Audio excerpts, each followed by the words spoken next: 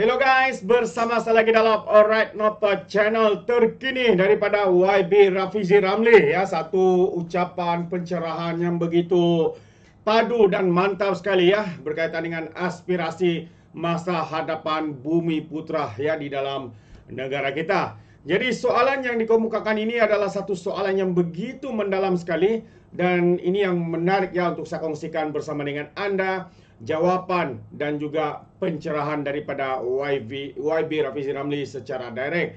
Jadi tanpa buang masa, mari kita tonton bersama video ini sahabat-sahabat semua. Sebut dan sentuh terhadap kesan dasar-dasar sebelum ini adalah tentang bagaimana ia mampu untuk memperkasakan dan memperbaiki agenda pembasmian kemiskinan, mencipta kelas profesional yang terbesar dan terunggul yang kita dapat saksikan pada hari ini, dan juga tentang bagaimana ia mampu menyingkirkan kegiatan ekonomi yang terkait dengan kaum dan budaya.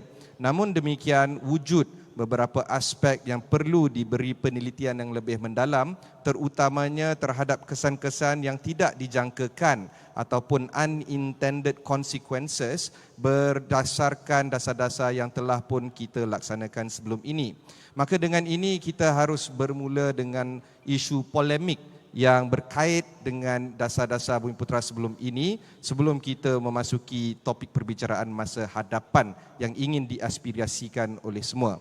Mungkin yang berhormat Saudara Rafizi Ramli boleh merungkaikan kembali tentang isu polemik yang masih lagi dibelenggu terhadap isu dan dasar Bumi Putra, terutamanya terhadap apa yang kita telah saksikan selama 2 hari yang sebelum ini.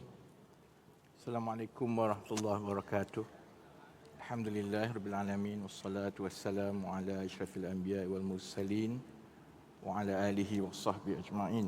Terima kasih Saudara Ibrahim. Yang berhormat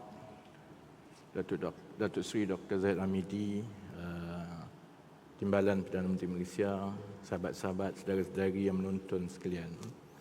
Selalunya kalau ada sebarang diskusi mengenai pengupayaan ekonomi Bumi Putra, satu perkara yang dia tak boleh lari ialah soal penguasaan korporat ataupun pemilikan equity. Sebab itu saya ingat kalau ada apa pun polemik itu kebanyakannya akan berkisar daripada itu, dan dia selalu dilihat sebagai punca kepada kekangan-kekangan lain, kerana mentaliti kita ialah kalau kita memiliki sesuatu maka kita akan mengawal sesuatu. Bila kita mengawal sesuatu, maka itu membolehkan kita membuat keputusan-keputusan yang boleh membantu penyertaan ekonomi Bumi Putra. Tapi kalau kita lihat balik daripada tahun-tahun selepas kemerdekaan sehingga kepada DEB, perspektif pengupayaan ekonomi Bumi Putra pada ketika itu adalah sebenarnya lebih menyeluruh. Fokus ialah untuk mengurangkan kemiskinan, contohnya. Dan mengurangkan kemiskinan dilihat secara menyeluruh sebagai sebuah negara. Kemudian fokus satu lagi ialah untuk membolehkan ataupun memisahkan identiti fungsi ekonomi dengan kaum, supaya itu membantu juga membina perpaduan negara dan membentuk satu masyarakat yang bernilai kebangsaan. So I think over the years, sementara selalunya fokus kepada pemilikan equity, tetapi kita juga kena kembali kepada perspektif asal itu. Bahawa perspektifnya ialah sebagai sebuah masyarakat yang berbilang kaum dengan Bumi Putra sebagai kumpulan yang paling besar, pemerkasaan ekonomi Bumi Putra ini perlu dilihat juga dari segi pencapaian-pencapaian yang lain. Dan kerajaan daripada 1957 telah meletakkan dasar-dasar tertentu. Ada yang sebenarnya telah berjalan dengan baik. So I think we can't lose that perspective kalau kita nak merancang ke peringkat yang seterusnya. Kita kena ambil dan garap beberapa perkara yang telah berjalan dengan baik. Penghapusan kemiskinan tegar sebenarnya berjalan dengan baik. Pendidikan dan pengupayaan sosioekonomi Bumiputera melalui pendidikan, sebab itu kita ada banyak institusi pendidikan, telah berjalan dengan baik.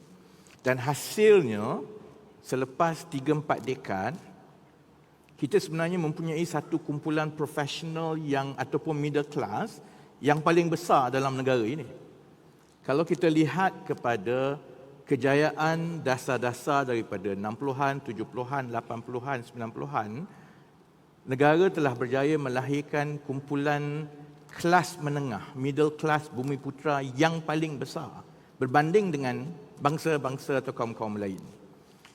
Ini yang saya ingat bila kita cuba nak kaitkan balik dan tanya kenapa polemik ini berterusan sedangkan banyak sumber bantuan dasar telah dibuat, tetapi kita masih lagi belum berjaya mencapai pemilikan equity 30% yang disasarkan tahun 1970 dulu. Dari perspektif ini saya ingat saya tak rasa ramai di luar sedia maklum sebenarnya dia adalah satu perkara yang boleh dilihat dalam lensa yang berbeza-beza. Contohnya definisi, dan apabila kita ambil kira setiap satu syarikat itu, definisi Bumiputera sekarang ini ialah pemilikannya itu majoriti Bumiputera ataupun organisasi mandat Bumiputera sahaja. Jadi mana-mana yang berkaitan dengan kerajaan, yang itu tidak dikira sebagai Bumiputera. Jadi kalau di bawah syarikat-syarikat yang dikawal oleh institusi yang dimiliki oleh kerajaan, contohnya Khazanah, contohnya Petronas, contohnya di bawah KWSP, semua syarikat-syarikat ini sebenarnya tidak dikira sebagai Bumiputera, dan itu yang bila kita kata 17% pemilikan Bumiputera itu, dia mengambil kira hanya yang di bawah PNB contohnya kan. Jadi sudah tentu sebab itu saya ingat kita perlu melihat soal pemerkasaan Bumiputera ini dengan lebih luas, kerana kita tak boleh terikat kepada soal pemilikan equity semata-mata, kerana dia juga bergantung kepada definisi.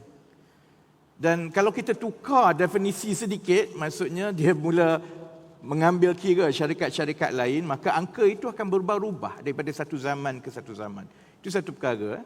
Yang keduanya, pasaran juga sekarang ini semakin berubah, yang mana lebih ramai pelabur atau pemegang saham memilih untuk menggunakan syarikat nomini.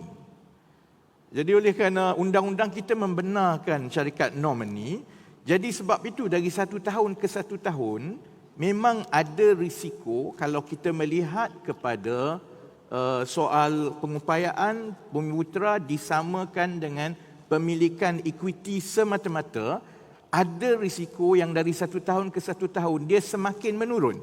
Sebab lebih ramai yang memilih untuk menggunakan nomini. Contohnya kan. Sebab itu saya ingat kita kena mengimbangkan supaya sedang kita mengambil kira kepentingan untuk kita meningkatkan soal pemilikan equity, kita juga perlu kembali kepada tujuan asal dahulu bahawa pemerkasaan Bumiputera ini dilihat secara lebih menyeluruh dari perspektif penyertaan, dari perspektif penguasaan dan juga daripada perspektif pemilikan. Tiga-tiga ini perlu diambil kira kerana satu syarikat itu mungkin pelaburnya, mungkin orang luar pun. 10-20 tahun akan datang, kalau ekonomi berkembang dengan baik, lebih banyak syarikat korporat kalau disenaraikan di bursa, lebih banyak itu pegangannya itu mungkin daripada pelabur luar pun. Ataupun contohnya bila kita bercakap tentang syarikat pemula, digital and tech, memang kebanyakan syarikat pemula ini modal teroka itu daripada dana asing. Jadi kalau kita semata-mata melihat kepada pemilikan equity itu, tetapi tidak melihat kepada penyertaan dan juga tidak melihat kepada penguasaan. Dan when I say penguasaan, maksud saya ialah kita kena melihat kepada management control itu juga. Satu syarikat mungkin secara definisi sedia ada sekarang ini tidak dilihat sebagai Bumiputera, tetapi sebenarnya daripada pengurusan tertinggi sampai ke bawah, majoriti adalah Bumiputera. Dan the opposite is also true. Satu syarikat mungkin di atas kertas dilihat sebagai Bumiputera kerana equity-nya itu nampak Bumiputera, tapi pengurusan daripada atas sampai ke bawah bukan Bumiputera. Jadi kalau perkara ini adalah antara perkara-perkara yang kita kena perhalusi supaya the program design nanti akan kita serasikan dengan keperluan kita untuk menangani apa yang disebut oleh saudara Ibrahim tadi sebagai the unintended consequences. Kerana kita kena terima bahawa dasar-dasar dan pelaksanaan 30-40 tahun yang lepas walaupun cukup berjaya dalam beberapa perspektif, tetapi sebenarnya ada unintended consequences, kesan yang tidak dijangka, dan permasalahan apa-apa pun adalah dinamik.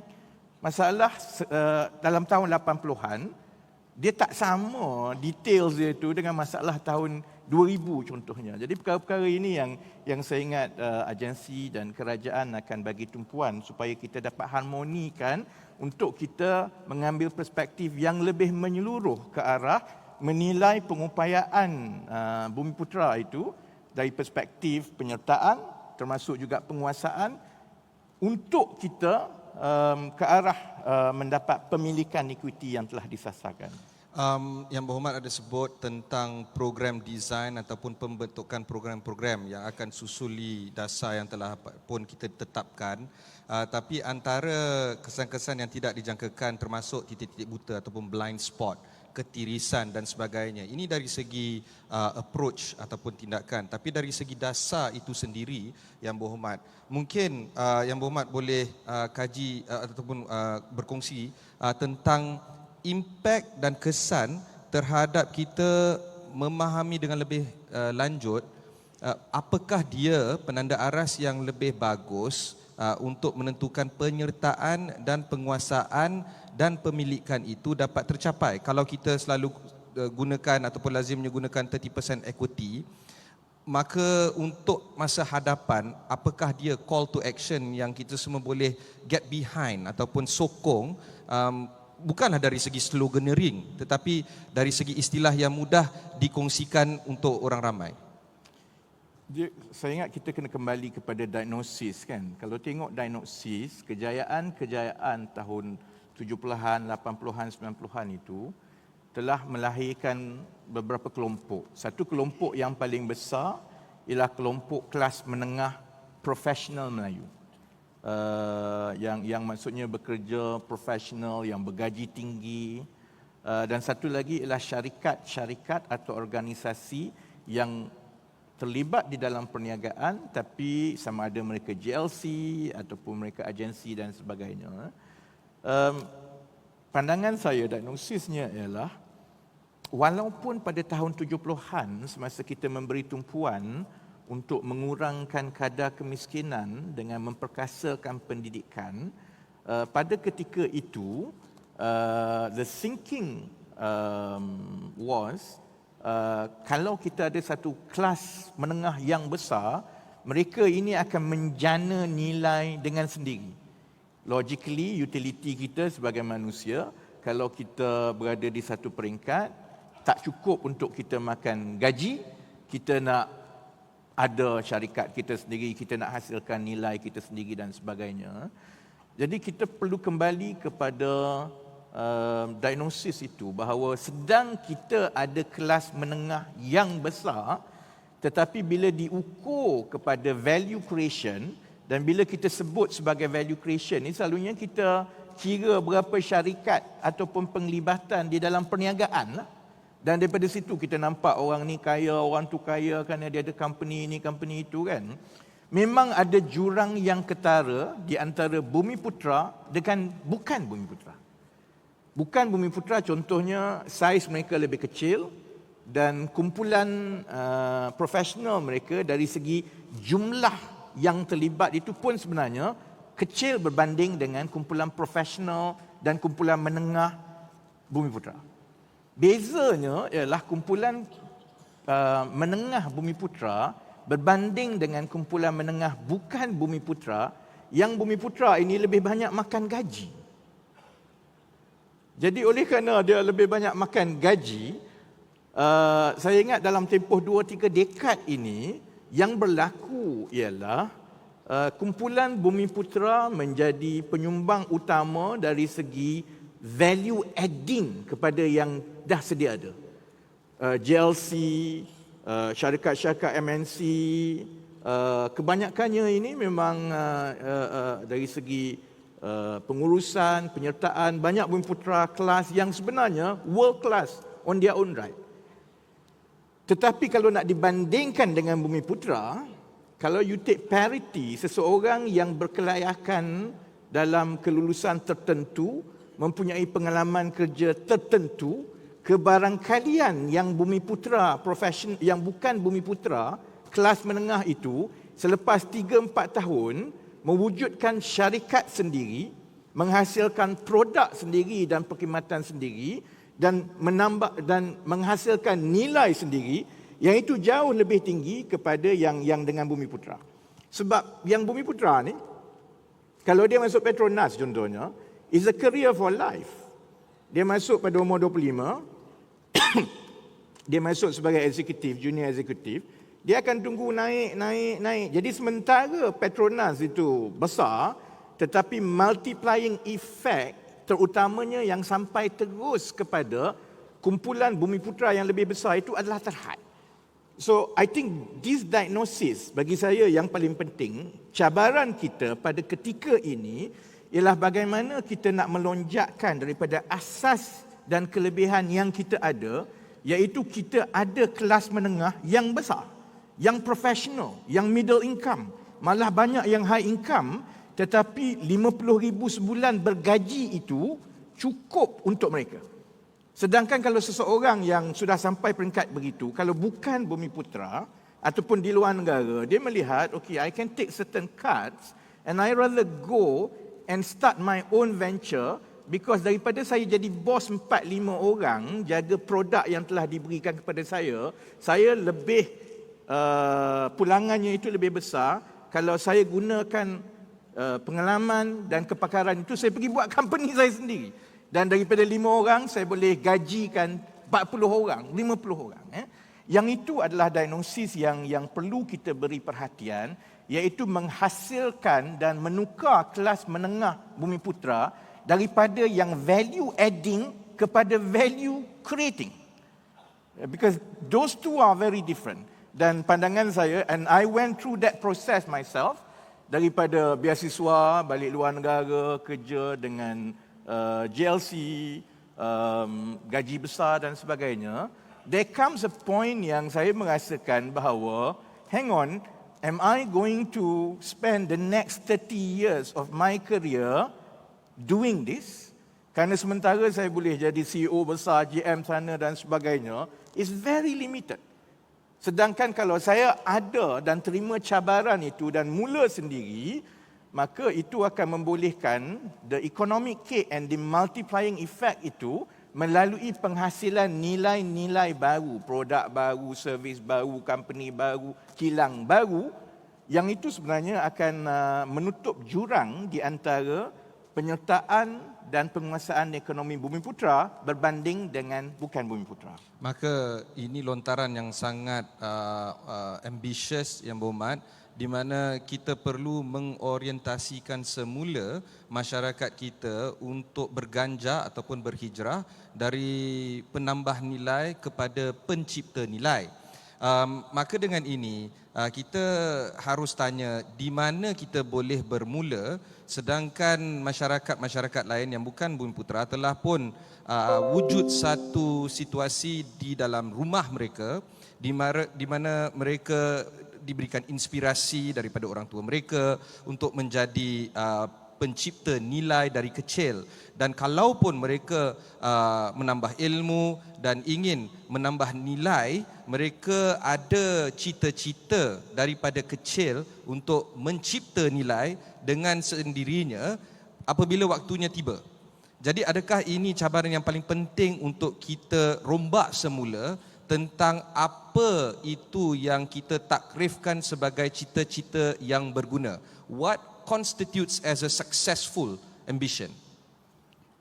Saya ingat daripada tahun 70-an Kongres Ekonomi yang awal-awal, memang cita-cita negara ialah untuk menghasilkan satu Bumiputra Entrepreneurial Class.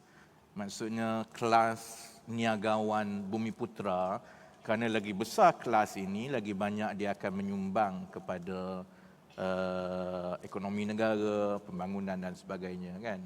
Dan banyak dasar-dasar dan agensi yang ditubuhkan, memang itulah sasarannya. Kita ada SME Corp, kita ada itu, kita ada Tekun, kita ada MARA dan sebagainya, kan. Tapi saya ingat kita juga perlu menerima hakikat bahawa secara antropologi, secara sosiologi, and this is not just an economic issue, it is also anthropological in nature, kan. Maksudnya begini, kan.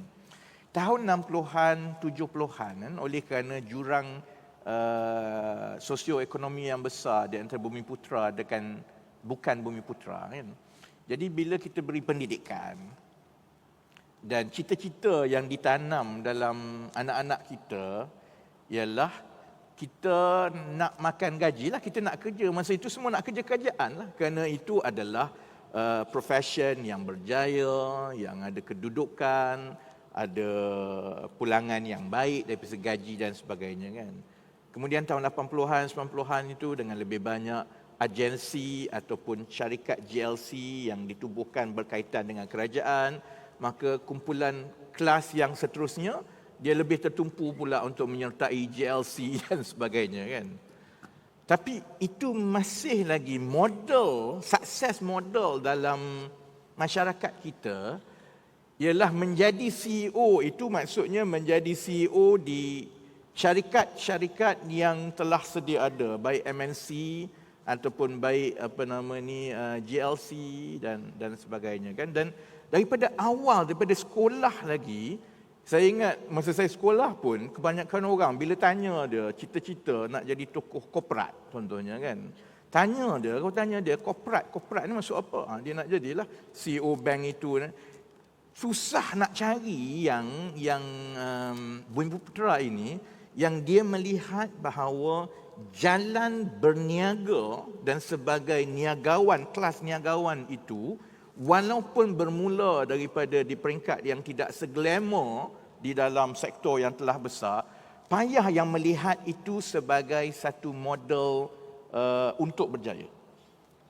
Kalau tak pun dia lihat sebab kalau yang terus berniaga contohnya, ada juga yang terus berniaga kalau yang memang dia ada kepakaran dan juga kesedaran itu mungkin daripada keluarga. Tapi banyak juga, terutama zaman sekarang, yang muda-muda ini berniaga kerana dia rasa dia tak dapat kerja tempat lain. Jadi dia berniaga, kan. Perkara ini yang saya ingat kita kena ubah dan lihat secara mendalam, kerana kita perlu tanamkan daripada awal, daripada sekolah lagi, bahawa menjadi kelas niagawan. Dan menjadi kelas niagawan ni dia ada feature dia sendiri. Maksudnya dia mestilah kreatif. Dia mesti mengambil risiko. You tak boleh buka company umur 2 tahun ambil gaji 20,000. Kebanyakan orang yang berjaya lama-lama itu dah lepas 30 tahun berniaga. Dan 5 tahun pertama dia tak ambil gaji pun, dia cukup-cukup makan, je, kan. Yang itu model sukses itu tak ada sebenarnya pada pandangan saya. I don't know the younger ones.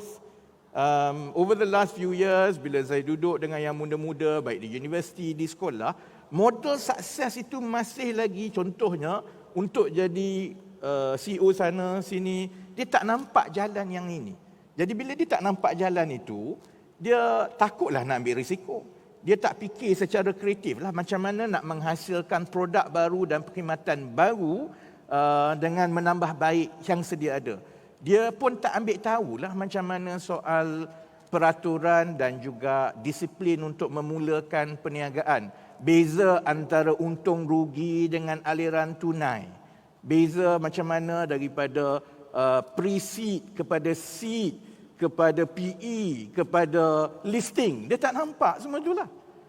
Jadi perkara ini perlu dibawa kembali daripada awal. Dan saya mungkin kurang popular lah sebab saya selalu sebut begini. We will always have this problem though, Datuk Seri. Kalau contohnya, kita ambil sistem kita ambil pelajar-pelajar paling cemerlang dalam negara selepas SPM, kita bagi dia beasiswa, lepas itu dia kena ikat dengan bond untuk berkhidmat selama 10 tahun. I actually walked out and paid my bond. Because at some point I felt like I think I'll be stuck here. I wanted to explore more. Jadi bayangkan kita menghabiskan banyak wang tapi oleh kerana dengan bonding dan sebagainya, kerana bila sesuatu syarikat itu telah menjadi terlalu besar, JLC tak JLC lah. Bila dia dah terlalu besar, dia banyak perkara-perkara yang dia kena patuhi. Investor dia lah, shareholders dia lah, return dia lah. Jadi dia tidak boleh mengambil social perspective yang terlalu tinggi. And as far as these employers are concerned, budak-budak ini aku dah bayar beasiswa, kau balik, kau kerja macam aku suruh lah. And I will move you. So the attrition rate daripada katakanlah 500 orang yang top class yang kita bayar banyak ni, 500 orang setiap tahun, berapa kerat je selepas 15 tahun mereka menjadi value creator. The rest become cogs and wheels in the whole gigantic JLC, JLIC dan MNC dan sebagainya kan. Jadi perkara-perkara ini bagi saya kembali kepada perkara paling asas. Kalau kita nak anjakkan untuk melahirkan entrepreneurial class Bumiputera yang betul-betul sustainable, kita kena impress daripada awal menukar success model itu. Sebab kalau kita tengok berbanding dengan negara-negara lain yang mencipta nilai, model itu sangat berbeza. Yang paling cerdik dekat US, dia tak nak kerja dengan Citibank. Dia belum habis belajar dekat Harvard ataupun Stanford lagi, tahun ketiga dia dah drop out dah. Dia pergi cari modal, buat bisnes sendiri, buat teknologi sendiri dan sebagainya. And the last wave of the last 10-15 years of US, contohnya, economic growth was basically fueled by this class of people. Cuma ekosistem dia tu bagus. Dia ada venture capital yang bagus, dia ada capital environment and capital mobilization yang supportive. Tetapi idea itu, yang itulah yang melahirkan yang kita kenal sekarang. Elon Musk ke, Mark Zuckerberg ke, Jeff Bezos ke, mereka semua keluar daripada success model begitu. That I prefer to strike it early and take risk and fail much earlier because after a while I will be successful. Itu pada pandangan saya tidak wujud dalam masyarakat Bumiputera sekarang. Dan itu sesuatu yang kita perlu tengok balik kepada program design kita. Macam mana untuk kita, dan ini daripada sekolah, kepada universiti, kepada masyarakat dan sebagainya. Barulah kita boleh unlock the value of the Malay and Bumiputera middle class yang pada pandangan saya sekarang ini terkunci. Kerana dia kelas menengah, gaji 30-40 ribu, rumah 3 biji. Tapi kalau tanya dia, have you ever invested 20 ribu dalam satu venture yang lain? Tak pernah. Dia kena scam 100 ribu adalah. Tapi sebab budaya itu, budaya to unlock and mobilize capital daripada middle class, dia tak wujud. And the reason being ialah kerana success model itu daripada awal, daripada dia lagi 70-80, ialah saya makan gaji saya, bonus saya gini-gini. Jadi bila anak dia pun begitu, and this is unpopular lah, I have to say, bila anak zaman anak dia pun, they impose the same success model on the younger ones. Sedangkan the younger ones, what they need is not, jawatan besar dan sebagainya. What they need is encouragement to take risk.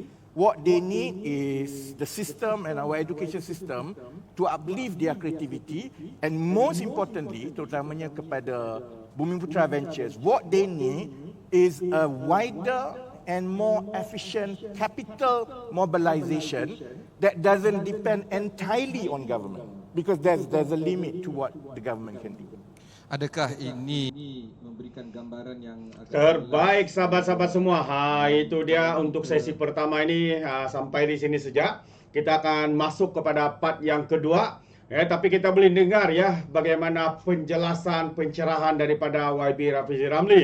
Mungkin ramai yang tertanya-tanya, layakkah saudara Rafizi Ramli berkaitan dengan berkaitan untuk memulakan model perniagaan baru dan sebagainya. Sahabat semua, mungkin anda tidak tahu, selepas YB Rafizi Ramli bersara daripada politik, sebenarnya beliau membuka company beliau, yang kita boleh anggap satu company yang berjaya, Dia boleh mendapat pendapatan 1 juta dalam sebulan, maksudnya dalam sebulan itu untuk company-nya boleh mencapai jutaan ringgit. Jadi ini tidak boleh dinafikan lagi. Dengan konsep, dengan model yang moden harus dimasukkan di dalam model perdagangan ataupun bisnes yang baru untuk Bumiputra kita hari ini. Jadi bagi saya YB Rafizi layak untuk memberikan aspirasi seperti mana yang beliau katakan dalam sesi yang pertama ini. Jadi sahabat semua, bagaimana pula dengan anda? Adakah anda setuju atau tidak? Anda boleh berikan komen anda di dalam ruangan komen. Terima kasih. Izinkan saya untuk mengundurkan diri, dan seperti biasa peribahasa mengatakan tapapun kangkap 2 tahun keinginan. Dalam bahasa Melayunya, tepuk dada tanya selera. Sekian saja daripada Alright Nampak Channel. Kita berjumpa lagi. Bye bye.